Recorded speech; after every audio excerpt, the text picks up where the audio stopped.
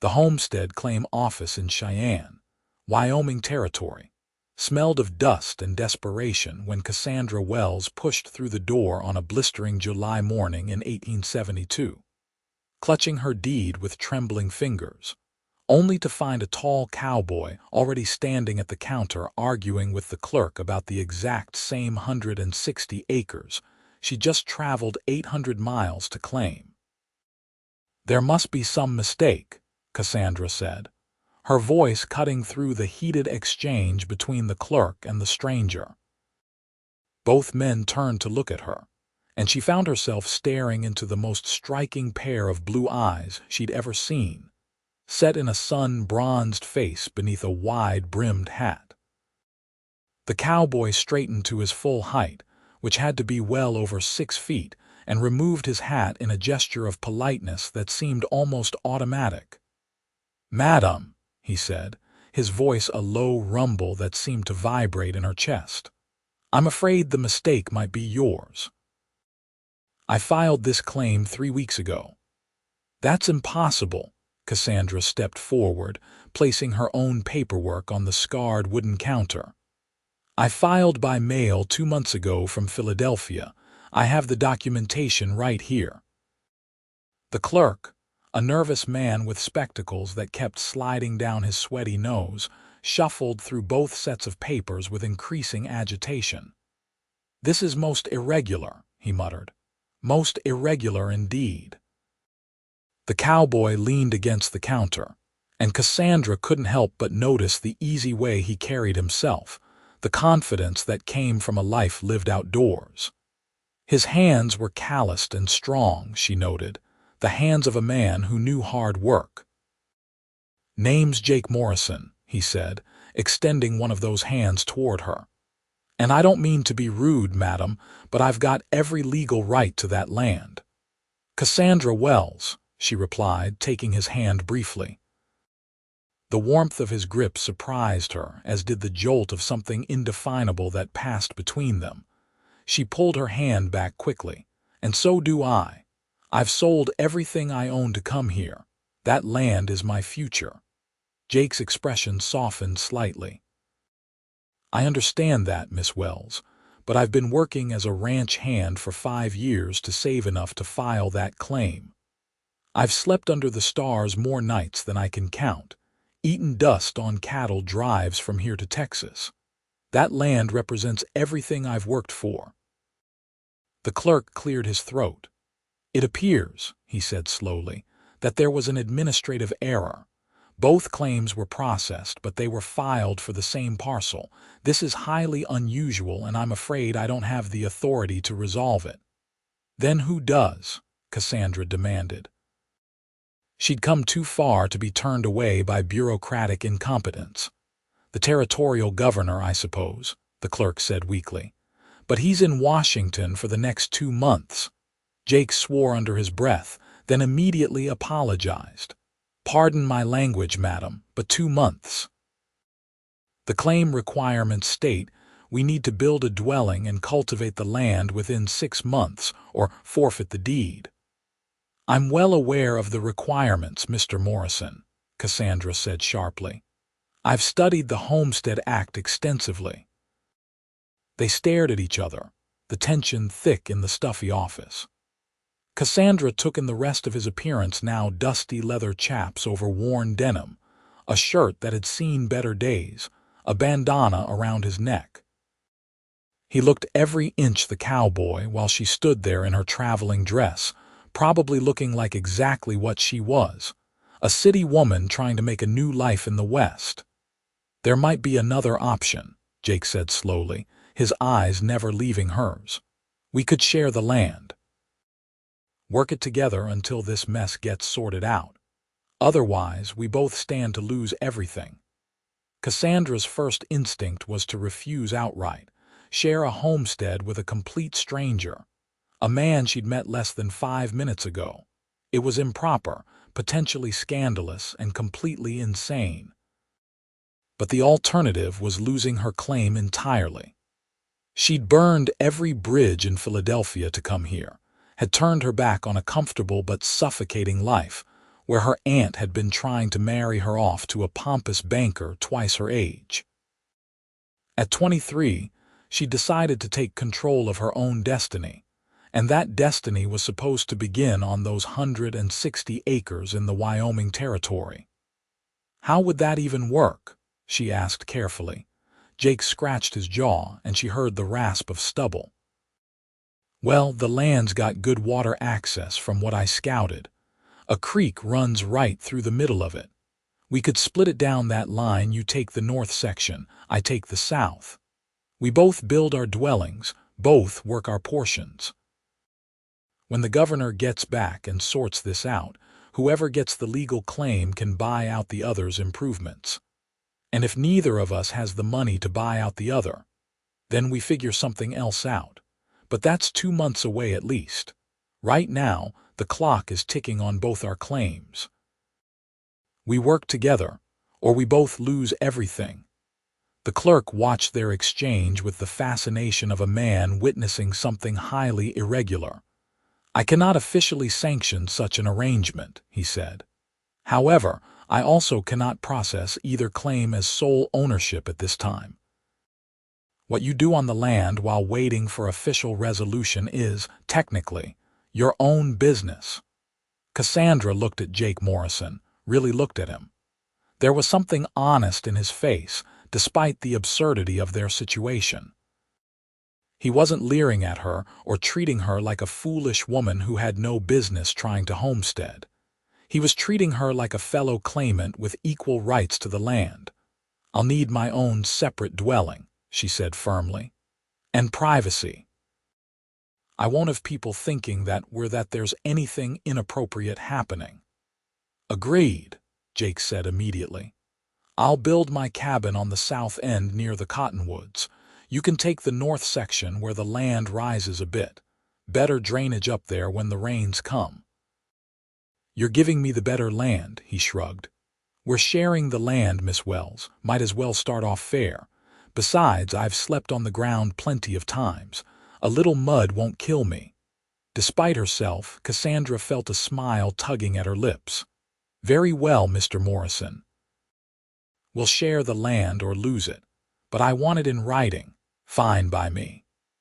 They spent the next hour drawing up an informal agreement with the nervous clerk as witness.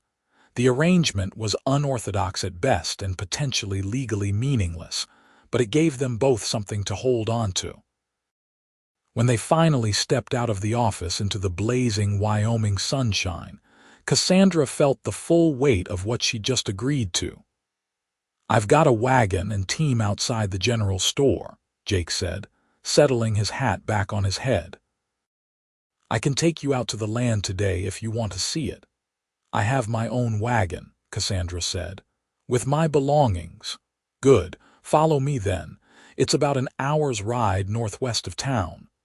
The journey gave Cassandra time to think about the insanity of her situation. She was about to go into the wilderness with a strange man, to share a homestead claim in an arrangement that would likely scandalize anyone who heard about it. But what choice did she have? She couldn't go back to Philadelphia with her tail between her legs, admitting that her aunt had been right about her foolish Western dreams. The land, when they finally reached it, took her breath away. Rolling prairie stretched in every direction, golden grass rippling in the wind like waves on an ocean. The creek Jake had mentioned cut a green ribbon through the landscape, lined with cottonwood trees that offered precious shade. To the west, mountains rose purple and majestic against the brilliant blue sky. It's beautiful, Cassandra whispered. Jake pulled his wagon to a stop beside hers. Yes, madam, it surely is.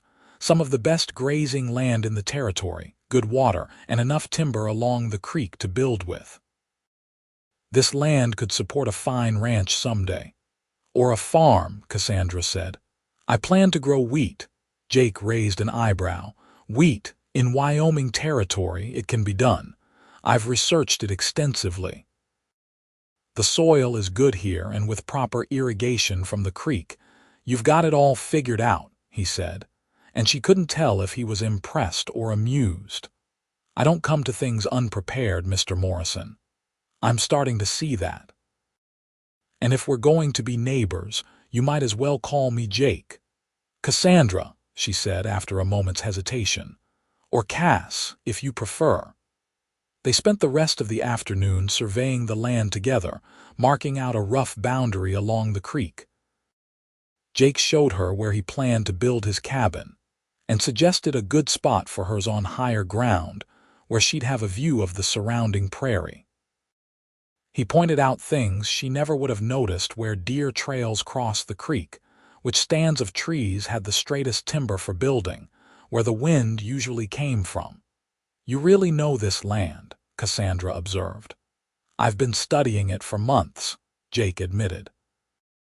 Rode out here every chance I got when I was working the ranch over in Laramie. I knew this was the piece I wanted. The sun was starting to sink toward the mountains when they finally stopped for a rest. Cassandra had brought some bread and cheese from town, and Jake had jerky and coffee in his supplies. They sat on the tailgate of his wagon, looking out over what would be their shared home. "Can I ask you something?" Jake said after a long silence. "I suppose. What made a Philadelphia lady want a homestead in Wyoming Territory? And don't tell me you just wanted an adventure.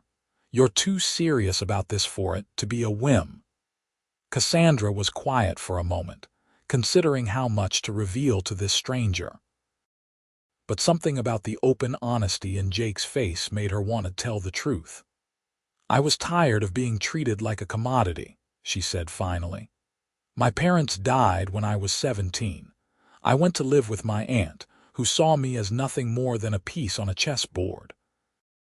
She wanted to marry me off to the highest bidder, preferably someone who could elevate the family's social standing. When I refused her choice, a man old enough to be my father who already buried 2 wives, she made my life miserable. I realized that as long as I stayed there, I would never truly belong to myself." Jake nodded slowly. "And out here, the Homestead Act says that any person who is the head of a family or over 21 years of age can claim land. Not any man, any person. That includes women. Out here, I can own something that's truly mine. I can build something with my own hands. I can be free." "That's a mighty fine reason," Jake said softly, "and for what it's worth, I think you'll do just fine out here." "What about you?" Cassandra asked. "What's your story?" Jake took a sip of his coffee, staring out at the darkening prairie. "Not much to tell, really. I'm the youngest of 5 sons. My pa had a small ranch back in Texas, not enough to divide 5 ways. My older brothers would inherit, and I'd be left working for them or working for someone else my whole life. I wanted something of my own, so I came north, worked hard, saved every penny. This land represents the first thing that's ever really been mine." They sat in companionable silence as the stars began to emerge in the vast sky above. Cassandra realized with some surprise that she felt comfortable with Jake Morrison, more comfortable than she'd felt with most people back in Philadelphia. There was something solid and real about him, no pretense or games. "We should probably head back to town," Jake said eventually. "It's not safe to be out here after dark without a proper camp set up." "Tomorrow we start building?" Cassandra asked. "Tomorrow we start building." They rode back to Cheyenne under a canopy of stars, and Cassandra felt something she hadn't felt in years' hope. The next morning, they met at the general store to purchase supplies.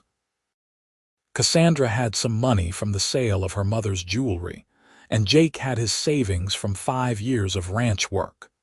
The store owner, a weathered man named Collins, raised his eyebrows when Jake explained they were homesteading together.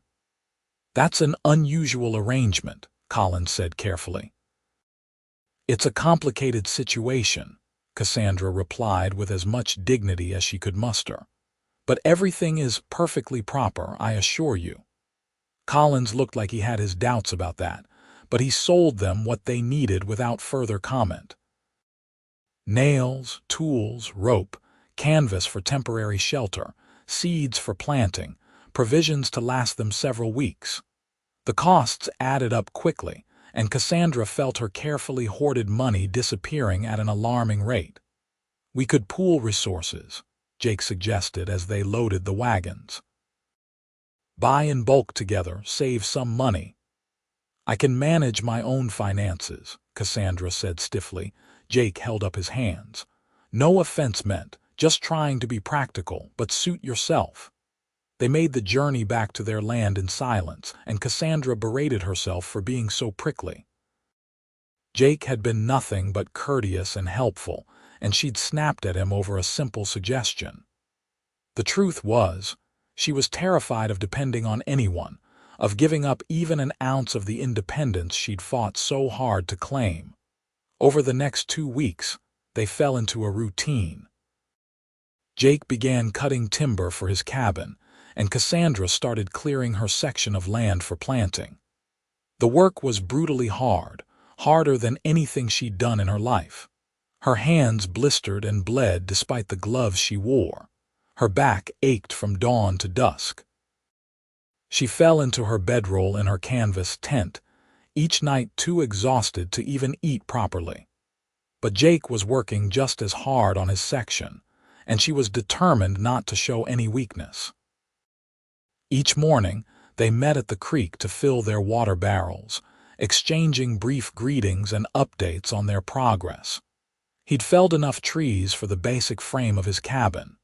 She'd cleared a 1/4 acre for her first wheat planting. "You need help with that ground," Jake said one morning, watching her struggle with a particularly stubborn root system. "It's easier with 2 people." "I can manage," Cassandra said through gritted teeth.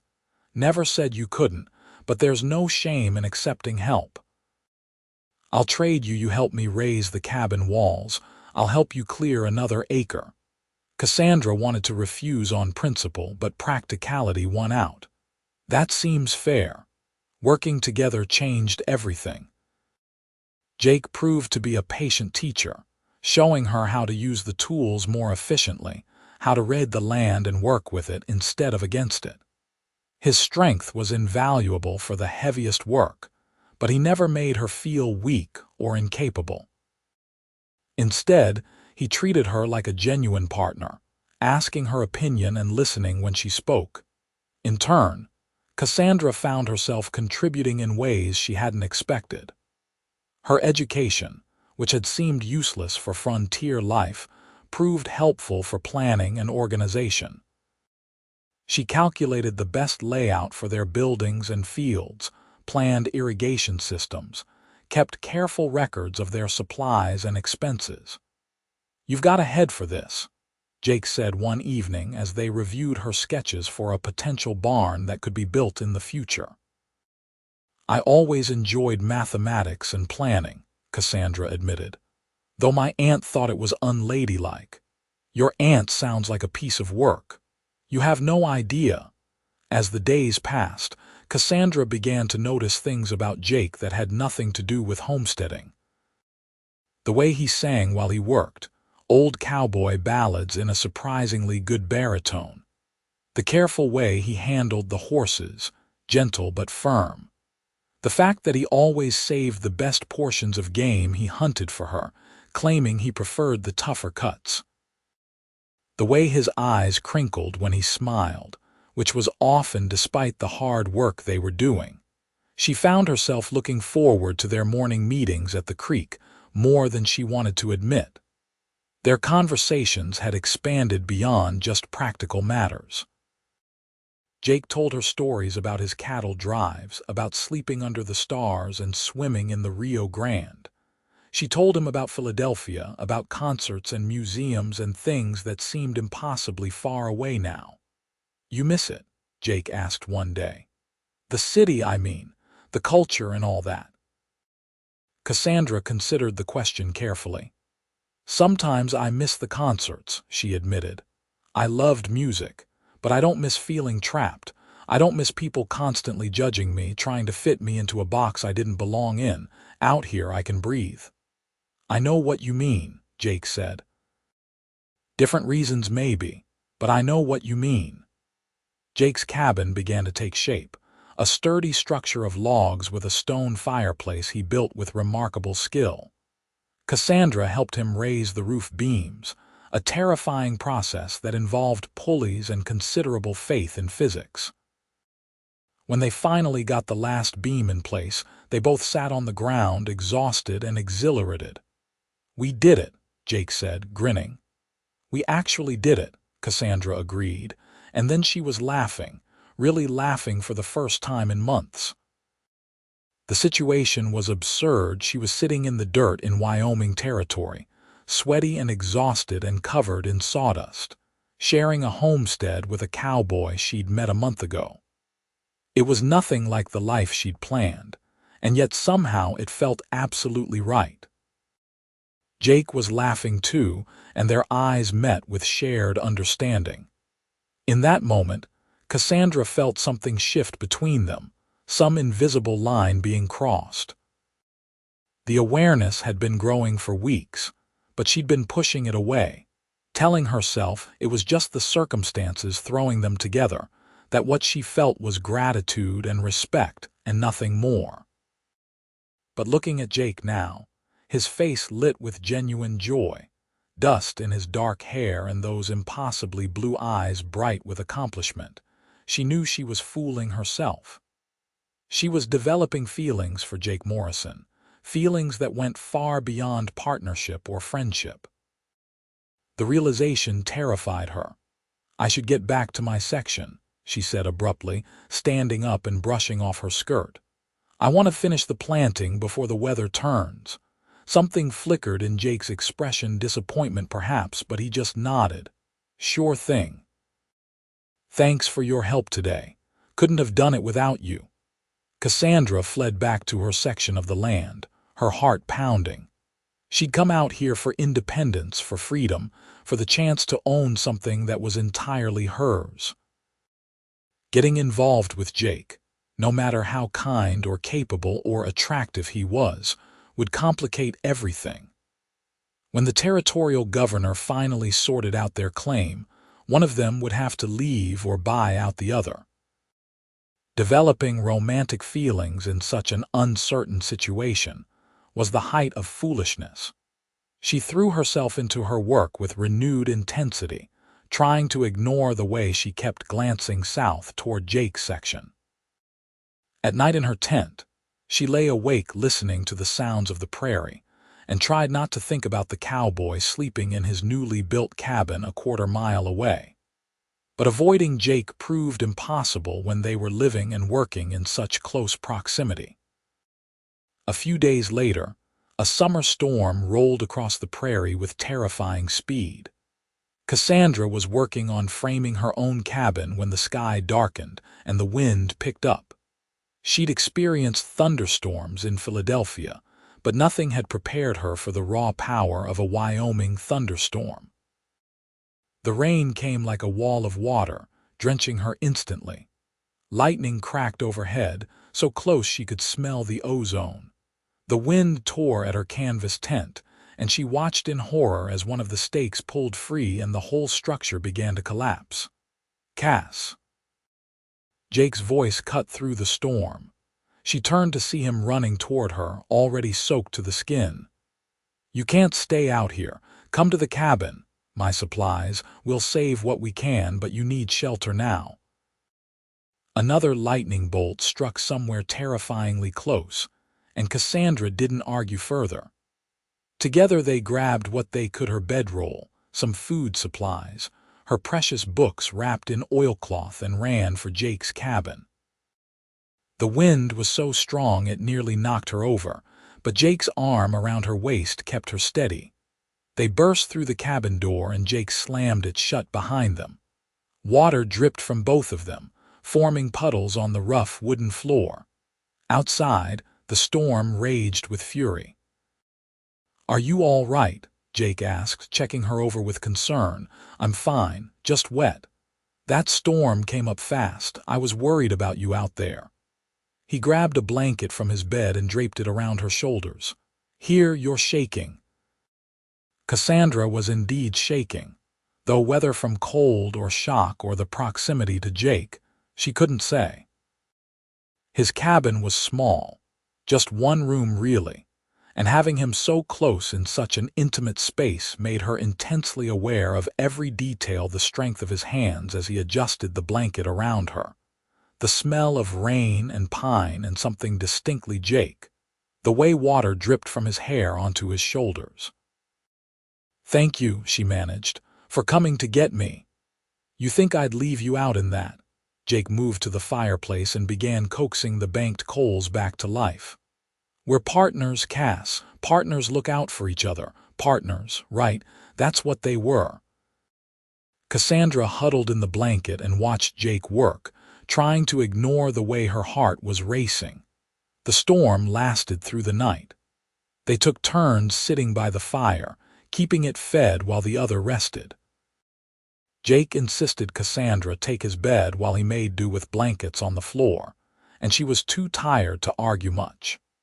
As she lay in the darkness, listening to the rain pound on the roof and Jake's steady breathing from across the room, she felt safer than she had in years.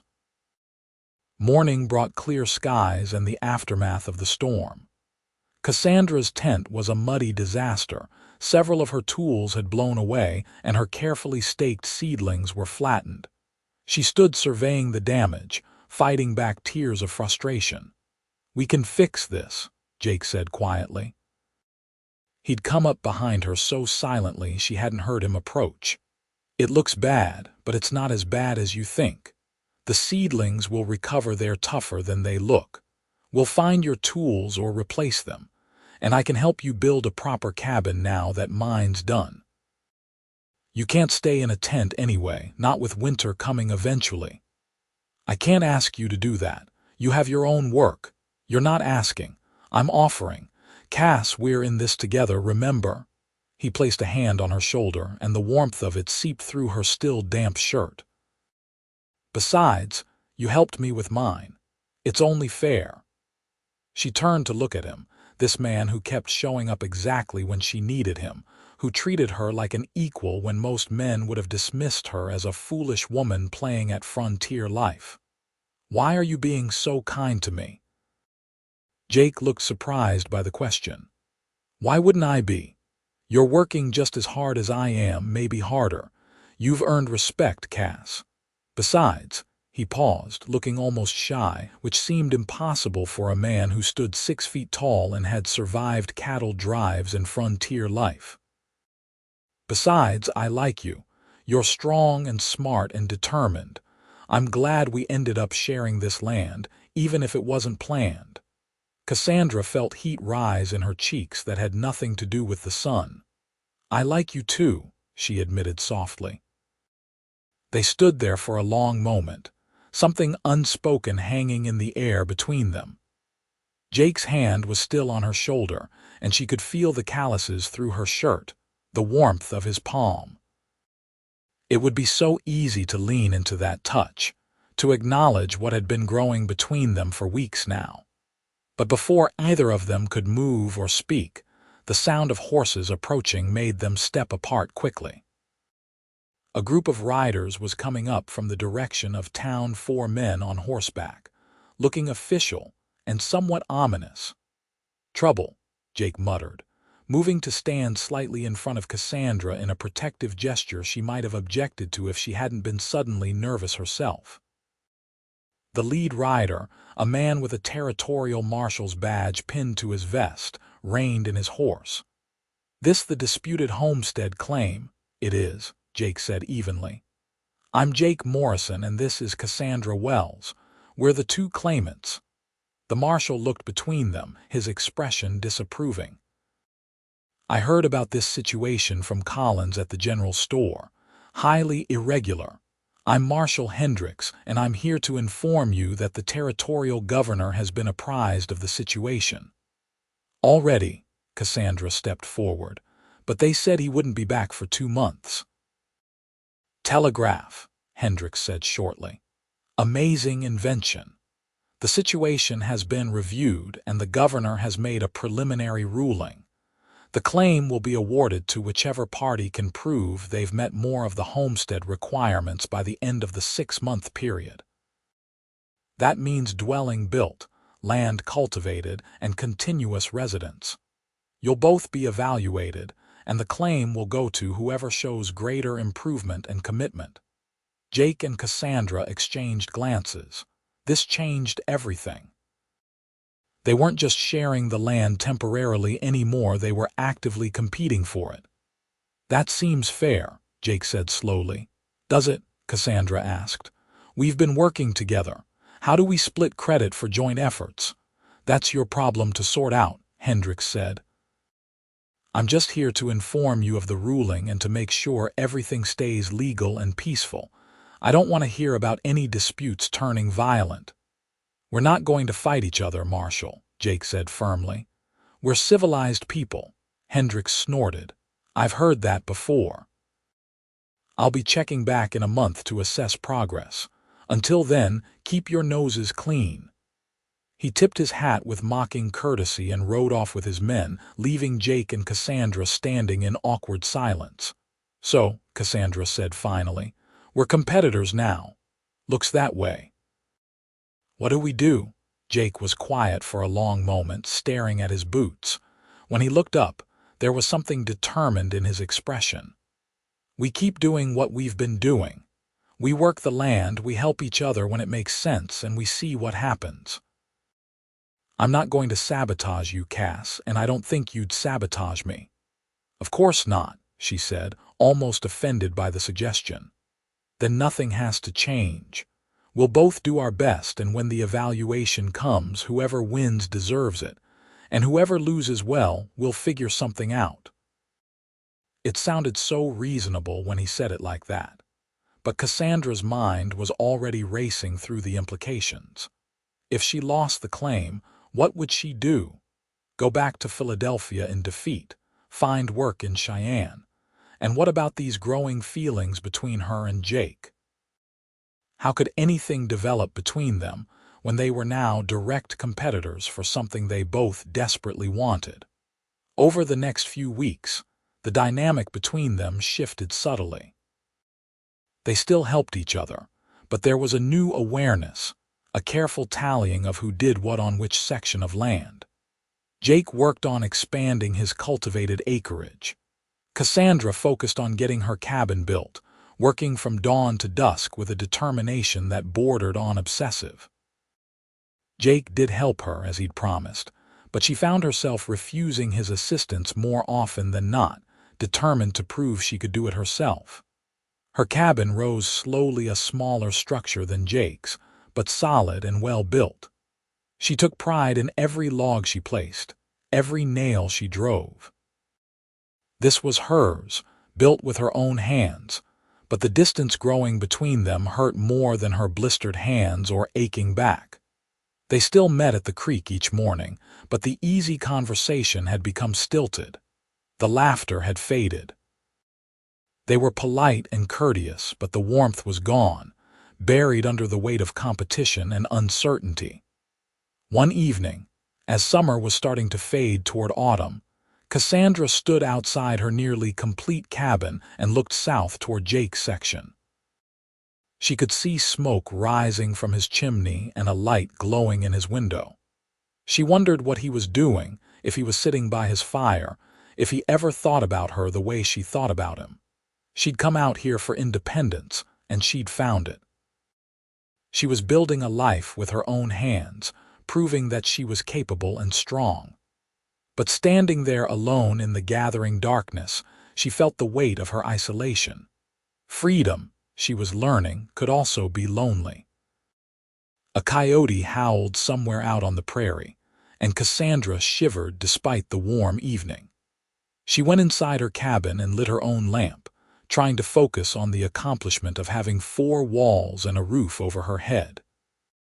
But as she heated a simple supper over her fire, she couldn't stop thinking about the look in Jake's eyes that day after the storm, the moment before the marshal had arrived. She couldn't stop wondering what might have happened if they'd had just one more minute. The next morning she woke to the smell of smoke, not the pleasant wood smoke of a fireplace, but something thicker and more ominous. She rushed outside to find Jake already running toward her section, shouting her name. "Fire!" he yelled, pointing to the south. "Prairie fire coming fast!" Cassandra's blood ran cold. She'd read about prairie fires, how they could sweep across the grassland with terrifying speed, consuming everything in their path. In the distance, she could see the smoke, and below it, the orange glow of flames. "What do we do?" she asked, fighting down panic. "We plow a fire break," Jake said urgently. "If we can clear enough grass between the fire and our land, it might stop it, but we have to move fast, and we have to work together." All thoughts of competition vanished in an instant. They hitched up both wagons with plows attached and began tearing up the earth in a desperate line between the approaching fire and their homesteads. The work was brutal and frantic, the smoke getting thicker as the fire drew closer. Other homesteaders arrived, drawn by the smoke and the unspoken law of the frontier that you helped your neighbors in times of crisis. Together, they plowed and dug and cleared, racing against the advancing flames. The heat grew intense, and ash began falling like snow. "It's not going to be enough," someone shouted. The fire was too close, moving too fast. "The creek," Cassandra yelled. "We can create a backfire, burn the grass between here and the creek in a controlled way. The water will stop it from spreading to the already burned area." Jake looked at her with something like awe. "That might work. It's risky, but it might work." They set the backfire carefully, using torches to ignite the grass in a line that would burn toward the creek and away from their buildings. It was terrifying, fighting fire with fire, watching the flames race toward the water. But Cassandra's plan worked. The backfire consumed the fuel before the main blaze could reach it. And when the prairie fire finally arrived, it hit the burned area and began to die out, unable to sustain itself without grass to feed on. By the time it was over, everyone was black with soot and exhausted beyond measure. But both homesteads were saved, along with several neighboring claims. The other homesteaders clapped Jake and Cassandra on the backs, praising their quick thinking and hard work. "You two make a good team," one older man said. "Better hang on to this one, Morrison." After everyone had left and the danger was truly past, Jake and Cassandra stood together looking at their smoke-damaged but standing structures. They were both filthy, exhausted, and probably looked like they'd been through a war. But they were alive, and their homes still stood. "You saved us," Jake said quietly. "That idea about the backfire, where did you learn that?" "I read about it in a book about frontier survival," Cassandra admitted. "I told you I researched extensively." Jake laughed, a sound of pure relief and something else. "You're amazing, you know that." "Absolutely amazing." Before she could respond, he pulled her into a hug, and after a moment's surprise, she hugged him back. They stood there in the ash-covered grass, holding each other, and Cassandra felt something settle in her chest. This was right. This felt like home, not just the land or the cabin, but this being in Jake's arms, working beside him, building something together. When they finally pulled apart, Jake kept his hands on her shoulders, looking down at her with an intensity that made her breath catch. "Cass, I need to tell you something. I know the timing is terrible with the claim situation, but I can't keep pretending. These past few weeks, keeping my distance from you, it's been killing me. I don't care about the evaluation or who wins the claim. I care about you. I'm falling in love with you, and I think you might feel the same way." Cassandra's heart was pounding so hard she was sure he could hear it. "Jake, this is complicated. We're competing for the same land. How can we? We'll figure it out," he said firmly. "Just tell me if you feel it too. Tell me I'm not imagining this thing between us." She looked up at this man who had been nothing but honest and kind since the day they'd met, who had worked beside her as an equal, who had just risked his life to save their homesteads. "You're not imagining it," she whispered. "I'm falling for you too. I've been trying to fight it because it seemed impossible, but I can't anymore. I can't pretend I don't care about you." Jake's smile was like the sun breaking through clouds. He cupped her face gently in his soot-stained hands and kissed her, soft and sweet and full of promise.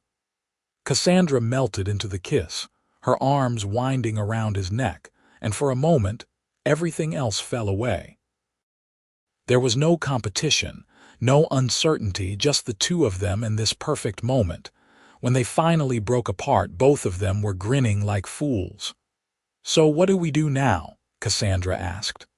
"Now," Jake took her hand, lacing his fingers through hers. "Now we stop pretending we're competitors and start acting like partners.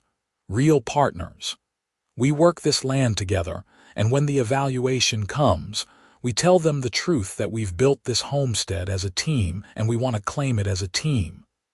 Can we do that?" "I don't think the Homestead Act allows for joint claims between unmarried people." Jake raised an eyebrow. "Then I guess we'll have to get married." Cassandra's heart skipped a beat. "Jake Morrison, is that a proposal?"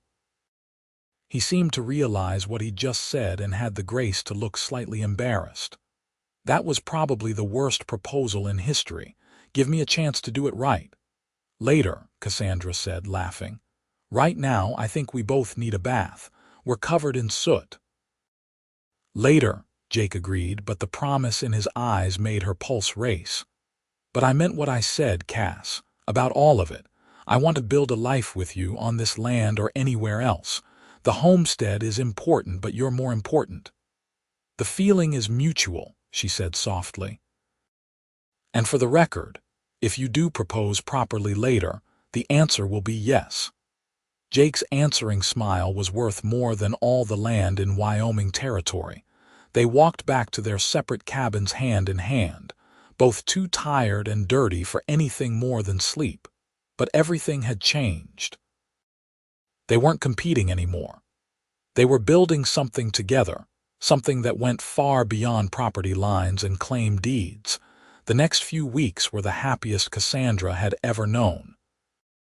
She and Jake abandoned all pretense of maintaining separate homesteads and threw themselves into working the land together. They combined their resources, their efforts, their plans for the future.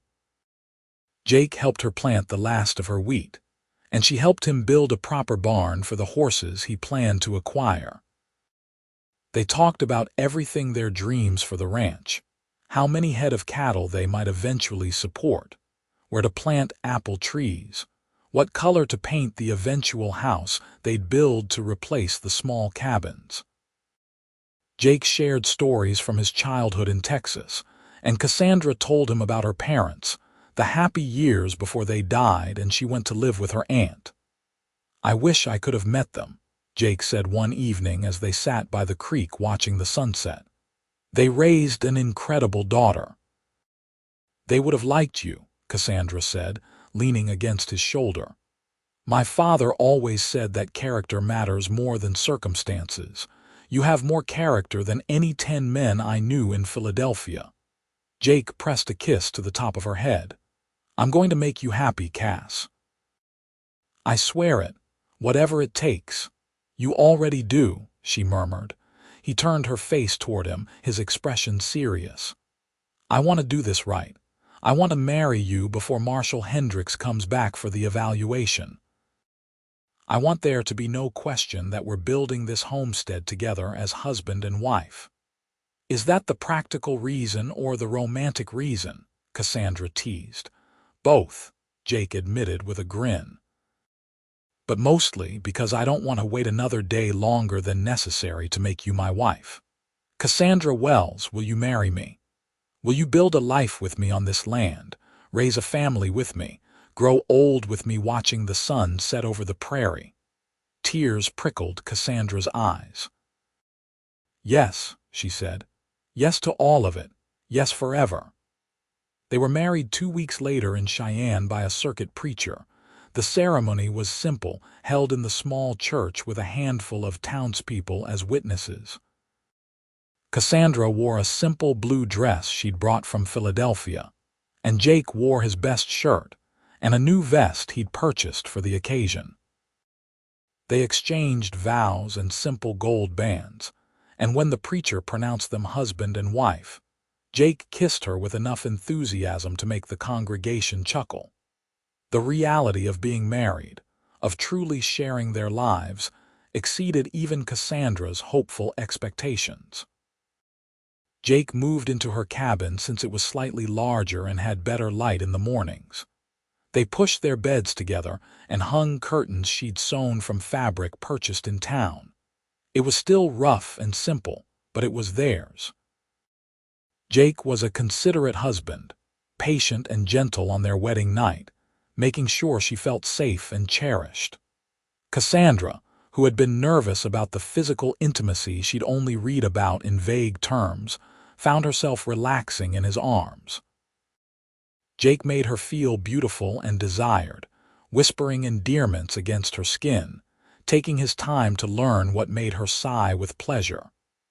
Their coming together was sweet and tender, a physical expression of the love that had been growing between them for months. Afterward, lying in Jake's arms with her head on his chest, listening to his heartbeat, Cassandra felt more content than she'd ever thought possible. "I love you," she whispered into the darkness. "I love you too," Jake replied, his arms tightening around her. "More than I ever thought I could love anyone." They fell asleep, tangled together, and Cassandra woke in the morning to sunlight streaming through the window and the smell of coffee. Jake was already up, making breakfast, and when she emerged from the bedroom still in her nightgown, he pulled her into his arms and kissed her thoroughly. "Good morning, Mrs. Morrison," he said with a grin. "Good morning, husband," she replied, loving the sound of it. They settled into married life with surprising ease. The work was still hard. The frontier didn't care that they were newlyweds, but sharing it made everything lighter. They developed rhythms and routines, learning each other's habits and preferences. Jake discovered that Cassandra was grumpy before her morning coffee. Cassandra learned that Jake sang while he worked, and that he had a sweet tooth that could be satisfied with molasses cookies. When Marshal Hendricks returned for his evaluation, he found a thriving homestead. 2 cabins stood solid and well built. Fields of wheat rippled golden and ready for harvest. A barn housed 2 horses, and a chicken coop provided fresh eggs. The land showed clear signs of cultivation and care. Hendricks walked the property with Jake and Cassandra, making notes in his official ledger. "Impressive," he said grudgingly. "Very impressive, but I'm still not clear on how to award the claim. You both clearly contributed to the improvements." "That's because we built it together," Jake said. "As husband and wife." He showed Hendricks their marriage certificate, properly registered in Cheyenne. The marshal's eyebrows rose nearly to his hairline. "You got married." "We did," Cassandra said, moving closer to Jake's side. His arm came around her waist automatically. "We realized that we were stronger together than separate. This homestead is our joint effort, and we're applying for the claim jointly." Hendricks scratched his jaw. "Well, that's one way to solve the problem. I'll have to consult with the governor's office, but I expect this will satisfy the requirements. You're clearly meeting the terms of the Homestead Act: dwelling built, land cultivated, continuous residence. And as a married couple, joint ownership shouldn't be an issue. So we can keep the land?" Cassandra asked, hardly daring to hope. "Assuming the paperwork goes through properly, yes. I don't see any reason to deny your claim. You've both proven you're serious about making a life here." He tipped his hat. "Congratulations, Mr. and Mrs. Morrison. Welcome to Wyoming Territory." After Hendricks rode away, Jake let out a whoop of joy and picked Cassandra up, spinning her around. "We did it. The land is ours," Cassandra laughed, clinging to his shoulders. "I can't believe it's really happening. After everything, we actually get to keep our home." "Our home," Jake repeated, setting her down but keeping his arms around her. "I like the sound of that. Mrs. Morrison, what do you say we celebrate?" "What did you have in mind?" His grin turned mischievous. "I was thinking we could take the afternoon off from work. Spend some time appreciating each other instead of appreciating the homestead improvements." Cassandra felt heat rise in her cheeks, but she smiled back. "Mr. Morrison, are you suggesting we be scandalously lazy in the middle of the day?" "I'm suggesting that my beautiful wife deserves some attention, and the wheat can wait a few hours." They spent the afternoon in their cabin, making love slowly and sweetly, celebrating their victory and their love. Later, wrapped in quilts with the afternoon sun slanting through the windows, Cassandra traced patterns on Jake's chest and thought about how far she'd come from that desperate day in the Cheyenne claim office. "What are you thinking about?" Jake asked, running his fingers through her hair. "How different my life is from what I planned," she said. "I came out here expecting to homestead alone, to prove I could be independent and self-sufficient. Instead, I found a partner, disappointed, not even a little bit. I learned that independence doesn't mean being alone. It means having the freedom to choose your own path and the people you share it with. I chose you, Jake Morrison, and I'd choose you again every day for the rest of my life." Jake pulled her closer, kissing her forehead. "You're going to make me cry, talking like that." "Big, tough cowboy," she teased gently. "Big, tough cowboy who's completely gone for his wife," he corrected. "And speaking of the future, I've been thinking, this cabin is fine for now, but when we start having children, we're going to need something bigger." "Children," Cassandra said softly, warmth spreading through her chest. "You want children, don't you?" "I do, I really do. I just wasn't sure. I mean, life out here is hard. Raising children on the frontier will be an adventure," Jake finished. "Just like everything else we've done together. I want sons and daughters, Cass. I want to teach them to ride and rope, and you can teach them reading and mathematics. We'll raise them to be strong and kind and capable." Cassandra imagined it children running through the prairie grass, learning to love this land the way she'd come to love it. A family built on the foundation she and Jake were creating. "I want that too," she whispered. "Then we'll have it," Jake said firmly. "Everything we want, we'll build it together." As autumn painted the prairie in golds and reds, they harvested Cassandra's wheat crop. It wasn't a huge yield, first-year crops rarely were, but it was enough to prove that wheat could indeed grow in Wyoming Territory.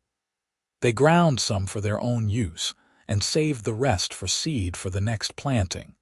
Jake purchased their first cattle, 5 head to start their herd. They weren't much to look at, but they were healthy stock, and Jake had plans for breeding them up into something finer. He built fences to keep them from wandering and spent hours teaching Cassandra the finer points of cattle management. "You're a natural at this," he said one day, watching her check one of the cows for signs of illness with the confidence of someone who'd been ranching for years instead of months. "I had a good teacher," she replied, smiling at him. As winter approached, they worked to prepare the homestead for the harsh Wyoming cold. They chinked the cabin walls against drafts, laid in supplies of food and firewood, made sure the animals had proper shelter. Other homesteaders stopped by occasionally, and Jake and Cassandra began to build friendships with their neighbors. The frontier was slowly becoming civilized, communities forming where there had been only wilderness. On Christmas Eve, their first as a married couple, Jake surprised Cassandra with a small package wrapped in brown paper. Inside was a book of poetry, a luxury item that must have cost him dearly and required a special order from Cheyenne. "Jake, this is too much," Cassandra protested, even as she clutched the precious volume to her chest. "Nothing is too much for you," he said. "I know you miss books and culture and all the things you left behind in Philadelphia. I can't give you concert halls or museums, but I can give you this." Cassandra threw her arms around his neck, kissing him with enough passion to make him stumble backward. "You've given me everything that matters," she said against his lips. "You've given me love and partnership and a life I never dreamed I could have. This book is wonderful, but you're the real gift." They made love in front of the fire that night, slow and tender, relearning each other's bodies in the flickering light. Afterward, Cassandra read poetry aloud while Jake held her, and she thought that there was no place on earth she'd rather be than in this small cabin in the middle of the Wyoming prairie with this man who loved her. Winter was hard, as winters on the frontier always were. The snow piled high, and the wind howled around their cabin. There were days when they couldn't venture outside at all, when the world shrank to just the two of them and the four walls that kept them safe. But Cassandra found she didn't mind the enforced isolation. She had Jake and books and time to plan for the spring planting. They talked for hours on those long winter nights, making plans and dreaming dreams. Jake wanted to expand the cattle herd, maybe get some horses for breeding. Cassandra wanted to plant a garden, try some vegetables in addition to the wheat. They talked about building a bigger house, maybe in a few years when they had more money saved. They talked about children, choosing names and imagining what they might be like. "If we have a daughter, I want to name her Sarah after my mother," Cassandra said one snowy evening. "Sarah Morrison." Jake tried out the name. "I like it. And if we have a son, I'd like to name him Thomas after my grandfather." "Thomas Morrison," Cassandra repeated. "Strong name." As winter gave way to spring, Cassandra began to suspect that their planning about children might be more immediately relevant than they'd thought. Her monthly courses were late, and she felt odd tired and nauseous in the mornings, but also strangely energized. She waited another week to be sure before telling Jake. She chose a beautiful spring evening when the prairie was bursting with wildflowers. They'd finished the day's work and were sitting on the porch Jake had built onto the cabin, watching the sun set in shades of pink and gold. "Jake, I have something to tell you," Cassandra said, suddenly nervous despite knowing how he'd react. He turned to look at her, concern flickering in his eyes. "What is it? Are you all right?" "I'm fine. Better than fine, actually. I'm Jake. I'm pregnant. We're going to have a baby." For a moment, Jake just stared at her, his expression unreadable. Then joy broke across his face like sunrise, and he let out a whoop that probably carried all the way to the neighboring homestead. He picked her up carefully this time and spun her gently before setting her down and peppering her face with kisses. "A baby," he kept saying. "We're having a baby. Cass, that's amazing. That's wonderful. Are you sure? Are you feeling all right? Do you need to sit down? Should you be working so hard?" Cassandra laughed at his sudden anxious hovering. "I'm pregnant, not fragile. Women have babies all the time, even on the frontier. I'm strong and healthy and everything will be fine." I know, but a baby, Cass, our baby. I'm going to be a father." "And you're going to be wonderful at it," she assured him, taking his hands and placing them on her still flat stomach. "This little one is lucky to have you." Jake's expression turned tender and almost reverent. He dropped to his knees in front of her, pressing his face against her belly. "Hello, little one," he whispered. "I'm your papa, and I already love you more than you can imagine. You've got the best mama in the world, and we're going to take such good care of you."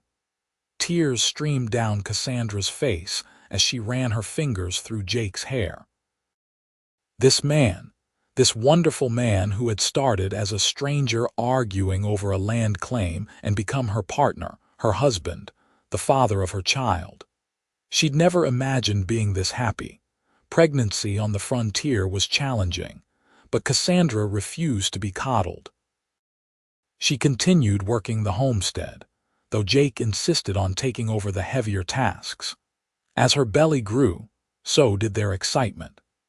They converted a corner of the cabin into a nursery of sorts, building a cradle from cottonwood and sewing baby clothes from soft fabric Cassandra had been saving.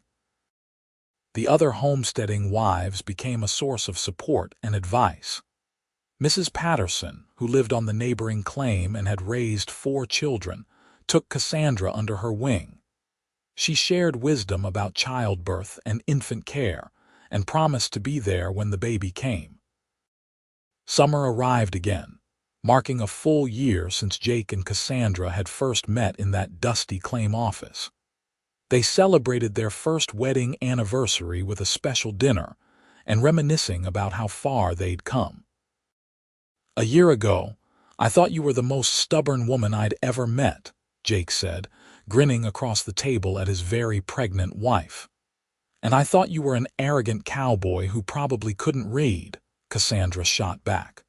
"When did you figure out I could read?" "When I caught you with one of my books," she admitted. "You were so absorbed in it you didn't even hear me come in. That's when I started to think there might be more to you than met the eye." "When did you start falling for me?" Jake asked, his expression turning serious. Cassandra thought about it. "I think it was gradual, little moments that added up. The way you always saved the best portions of meat for me, how you never made me feel less capable because I was a woman. The day you ran through the storm to make sure I was safe. But I knew for certain the day of the prairie fire, when you hugged me and I realized I felt safer in your arms than anywhere else in the world. I fell for you the first day," Jake confessed. "When you walked into that claim office with your chin up and fire in your eyes, ready to fight for what was yours. I thought you were beautiful and fierce, and I wanted to know everything about you." "You hit it well," Cassandra said dryly. "I had to. We were competing for the same land, remember? And I knew you wanted independence, not some cowboy trying to court you, but I couldn't help myself. Every day I found excuses to see you, to work with you. I'd have shared that land with you forever if that's what it took to be near you." Cassandra reached across the table to take his hand. "I'm glad we don't have to share anymore. I'm glad it's ours together." "Ours together," Jake repeated. "I like the sound of that."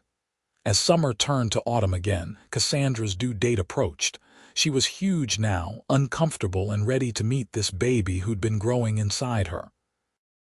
Jake hovered constantly, driving her slightly crazy with his concern but also making her feel cherished and protected.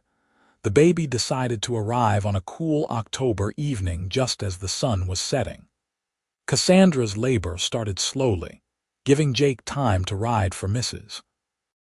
Patterson and the midwife from town. He returned to find Cassandra pacing the cabin, breathing through contractions with determined focus. "You're supposed to be resting," he said anxiously. "Walking helps," Cassandra managed. "Don't worry, Jake. Women have been doing this since the beginning of time. Not my woman, not my baby." Mrs. Patterson and the midwife arrived and took over with calm efficiency, shooing Jake out of the cabin despite his protests. He paced outside like a caged animal, jumping at every sound from within. The hours stretched endlessly as the night deepened and stars emerged overhead. Finally, just before midnight, he heard it, the thin, reedy cry of a newborn baby. Jake's knees nearly buckled with relief. A moment later, Mrs. Patterson emerged with a wide smile. "You have a son, Mr. Morrison. A big, healthy boy, and your wife is tired but doing just fine." Jake barely heard the rest of what she said. He rushed inside to find Cassandra propped up in their bed, looking exhausted but radiant, holding a small bundle wrapped in blankets. His son. Their son. "Jake, come meet your boy," Cassandra said softly, her voice hoarse but happy. He approached almost reverently, looking down at the tiny red face peeking out from the blankets. The baby had a shock of dark hair and was waving one impossibly small fist. Jake reached out with one finger and the baby's hand closed around it with surprising strength. "He's perfect," Jake whispered, awe evident in his voice. "Cass, he's absolutely perfect." "Thomas Jake Morrison," Cassandra said. "Thomas for your grandfather, Jake for his papa." Jake's eyes filled with tears. "You didn't have to, I wanted to. You've given me everything, Jake. I wanted to give you this." He sat carefully on the edge of the bed, wrapping his arms around both of them. "I love you," he said fiercely. "I love you both so much." Little Thomas Morrison was a good baby, healthy and strong. He had his father's blue eyes and his mother's determined temperament. Jake was besotted from the start, spending every free moment holding his son, talking to him, singing to him. Cassandra watched them together and felt her heart expand with so much love she thought it might burst. The homestead continued to thrive. Their wheat crop was even better the second year, and the cattle herd had grown. They were making a profit now, modest but real. Jake talked about hiring help for the next season, expanding their operations. Cassandra started teaching some of the neighbor children to read, holding classes in their cabin twice a week. Life settled into a rhythm that felt right and good. Hard work during the day, quiet evenings with their growing family, dreams for the future. They made love less frequently now with a baby in the house, but when they did, it was just as sweet and passionate as ever. Sometimes Cassandra would wake in the night to feed Thomas and find Jake watching her with an expression of such love it made her breath catch. "What are you thinking?" she whispered one such night. "That I'm the luckiest man alive," Jake replied. "That somehow, against all odds, I found you. That this life we're building is more than I ever dreamed possible." "Me too," Cassandra said softly, looking down at her nursing son. "Me too." When Thomas was 6 months old, Cassandra discovered she was pregnant again. Jake was delighted. Cassandra slightly apprehensive about having 2 babies so close together, but ultimately happy. This pregnancy was easier than the first, perhaps because she knew what to expect, perhaps because she wasn't trying to prove she could do everything herself anymore. Their second child, a daughter they named Sarah Elizabeth, arrived on a warm June morning in 1874. She had her mother's gray eyes and her father's dimples, and she ruled the household from her first breath. Thomas, newly walking and fiercely independent, was fascinated by his baby sister. "More babies?" he'd ask hopefully whenever Sarah cried. "Not right now, sweetheart," Cassandra would say, laughing. But they did have more babies. A third child, another son they named Daniel, was born 2 years later. And 2 years after that, twin girls, Emma and Grace, completed their family. The original cabin was bursting at the seams, so Jake built the house they'd always planned, a proper ranch house with multiple bedrooms and a big kitchen. The Morrison ranch grew along with their family. They had a substantial herd now, horses as well as cattle. They'd planted an orchard, and Cassandra's wheat fields had expanded to cover several acres. They hired help during busy seasons, and Jake took on apprentices, teaching young men the cowboy skills he'd learned in Texas. Cassandra established a proper school on the ranch, teaching not just her own children, but also the children of neighbors and ranch hands. She ordered books from back east and taught reading, writing, mathematics, and history. Jake would sometimes sit in on lessons, fascinated by subjects he'd never had the chance to study as a boy. The years passed in a blur of hard work and joy, challenges and triumphs. There were difficult times, a harsh winter that killed half their cattle, A drought year when the wheat barely grew, childhood illnesses that had Cassandra and Jake sitting up through long nights with fevered children. But they faced everything together, their partnership as strong as ever. On their 10th wedding anniversary, Jake took Cassandra on a rare trip away from the ranch, leaving the children with Mrs. Patterson for the weekend. They rode out to the exact spot where they'd first seen the land together, where they'd stood as competitors and strangers a decade earlier. "Do you ever regret it?" Jake asked as they watched the sunset paint the prairie in shades of gold. "Giving up your independence, marrying me instead of proving you could make it alone." Cassandra turned to look at him, this man who'd been her partner for 10 years, who'd stood beside her through everything. He had more gray in his hair now, and lines around his eyes from squinting at the sun, but he was still the same Jake who'd offered to share the land all those years ago. "I didn't give up my independence," she said firmly. "I chose to share my life with someone who respects and supports me. There's a difference. You've never tried to control me or diminish me. You've only ever lifted me up. We built this life together as equals. How could I possibly regret that?" "I just want to make sure you're happy," Jake said, pulling her close. "That you didn't sacrifice too much of what you wanted. Jake Morrison, you listen to me. I am happier than I ever imagined possible. I have a partner who loves me, 5 beautiful children, a home I built with my own hands, and a life that's entirely my own. I proved I could homestead, and I did it with you by my side. You didn't hold me back, you made everything possible. I love you, and I wouldn't change a single thing."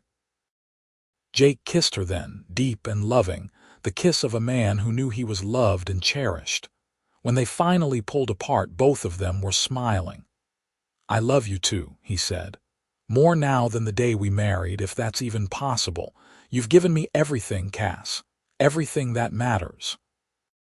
They rode back to the ranch as the stars emerged, the lights of their home glowing warm and welcoming in the distance. Their children were waiting: Thomas, now a serious 9-year-old who helped with the cattle; Sarah, spirited and brave at 7; Daniel, the dreamer who loved Cassandra's books; and the twins, Emma and Grace, 5 years old and inseparable. The children rushed out to meet them, full of stories about their weekend adventures. Jake scooped up the twins while Thomas and Sarah competed to tell their parents about the calf that had been born while they were gone. Daniel stood close to Cassandra, slipping his hand into hers. Inside the house, the lamplight was warm and golden. Cassandra looked around at her home, the sturdy furniture Jake had built, the curtains she'd sewn, the books lining the shelves, the children's drawings pinned to the walls. This was what she'd been searching for when she'd fled Philadelphia all those years ago. Not just land of her own, but a place where she belonged, where she was loved and valued for exactly who she was.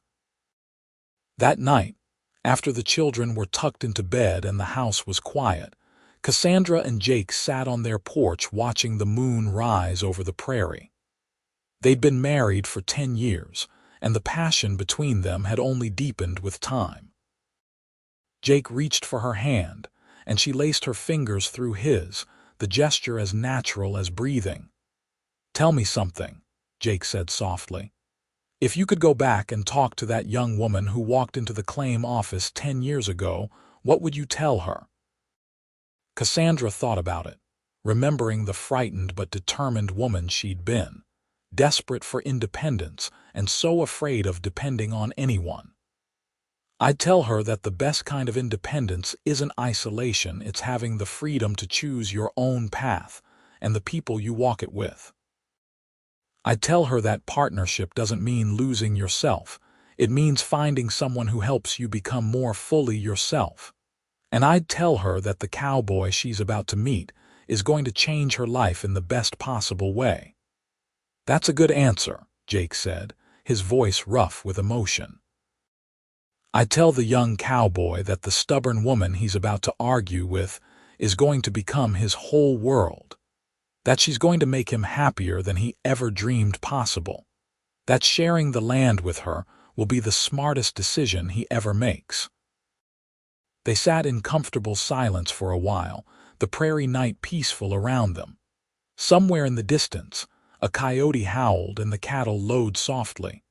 The wind whispered through the grass, carrying the scent of sage and wildflowers. "We should probably go to bed," Cassandra said eventually. "Tomorrow's going to be a long day." "Every day is a long day on a ranch," Jake replied, but he stood and pulled her to her feet. "But I wouldn't trade it for anything." Inside, they moved through their nighttime routine with the ease of long practice. But when they finally climbed into bed, Jake pulled Cassandra close, and she went willingly into his arms.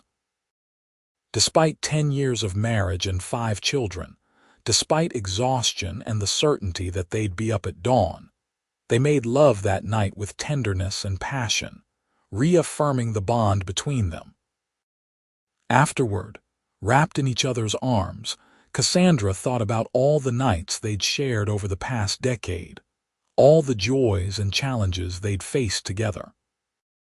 This was what love looked like. She thought not just passion and romance, though they had plenty of that, but partnership and commitment and choosing each other every single day. "I love you," she whispered into the darkness. "I love you too," Jake replied, his arms tightening around her.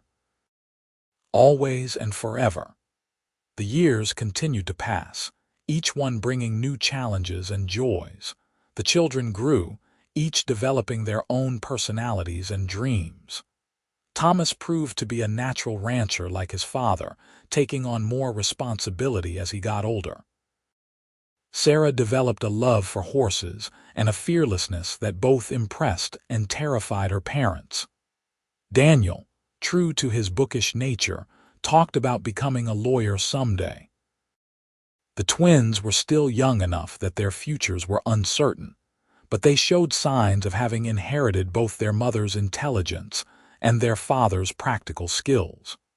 The Morrison Ranch became one of the most successful operations in the area. Jake's reputation as a fair employer and skilled cattleman grew, and Cassandra's school attracted students from miles around. They were pillars of their community, respected and liked by their neighbors. But despite their success and growing family, Cassandra and Jake never lost sight of what mattered most: their love for each other. They made sure to carve out time together, even if it was just a few minutes on the porch after the children were in bed. They still talked for hours, sharing thoughts and dreams and plans. They still made each other laugh.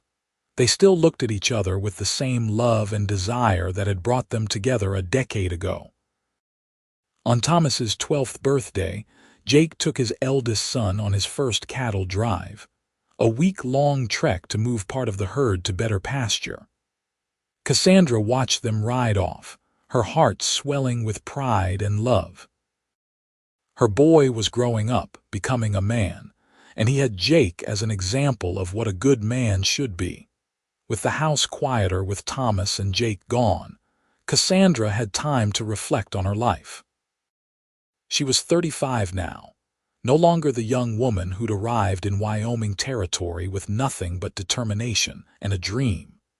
She had gray threads in her hair and lines around her eyes. Her hands were permanently calloused from years of work, and her body showed the marks of bearing 5 children. But she'd never been happier. She had everything she'd ever wanted and so much more. She'd proven she could homestead, could thrive on the frontier. But more importantly, she'd found love, real, deep, lasting love with a partner who respected and cherished her. When Jake and Thomas returned a week later, sunburned and smelling of cattle but grinning with the satisfaction of work well done, Cassandra knew she was looking at her greatest accomplishment. Not the ranch or the school or the successful wheat crops, but this, a family built on love and respect, children who were being raised to be strong and kind, a partnership that had only grown stronger with time. That night, after Thomas had regaled his siblings with stories of the cattle drive and the children were finally in bed, Jake found Cassandra in the kitchen finishing up the dishes. He came up behind her, wrapping his arms around her waist and resting his chin on her shoulder. "What are you thinking about?" he asked, having learned to read her thoughtful expressions over the years. "Just how much I love my life," Cassandra said, leaning back against him. "How much I love you. The feeling is entirely mutual, Mrs. Morrison." They finished the dishes together and headed out to their customary spot on the porch. The Wyoming night was clear and star-filled, the prairie stretching dark and peaceful around them. Their land, their home, their life together. "You remember that first day?" Cassandra asked. "When we were standing in the claim office arguing about the land. How could I forget? I thought my plans were ruined. Then I saw you, all fire and determination, and I knew my life was about to change. You said we should share the land or lose it." "Best decision I ever made," Jake said, pulling her close. "Well, that and asking you to marry me." "I think it was all part of the same decision," Cassandra mused. "Choosing to work together instead of against each other, choosing partnership over competition, choosing love." "Always choosing love," Jake agreed. As they sat there under the stars, Cassandra thought about everything that had brought them to this moment. The strange twist of fate that had given them both the same land claim. The decision to work together instead of fighting. The gradual falling in love that had seemed impossible at first but inevitable in hindsight.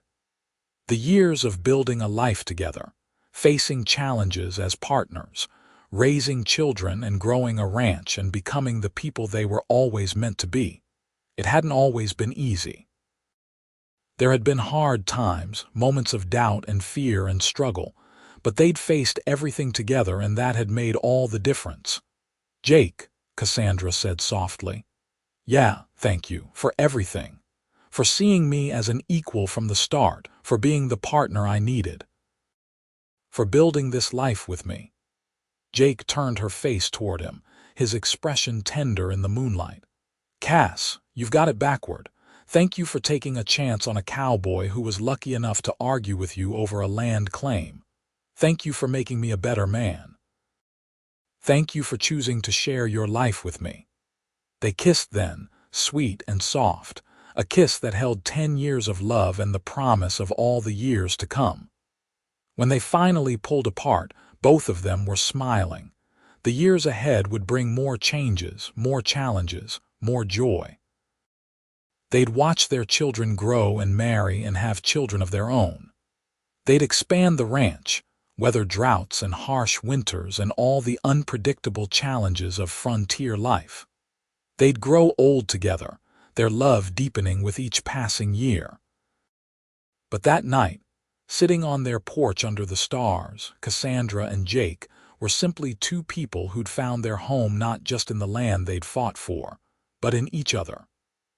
They'd both claimed the same homestead, and a cowboy had said they'd share the land or lose it. In sharing it, they'd found something far more valuable than property. They'd found love, partnership, and a life richer than either of them had imagined possible. As they finally headed inside to bed, hand in hand like they'd been for 10 years and would be for all the years to come, Cassandra looked back at the prairie one last time. Their land, wild and beautiful, stretched out under the stars. She'd come here seeking independence and found so much more. She'd come seeking a homestead and found a home. She'd come seeking freedom and found love, and she wouldn't change a single thing.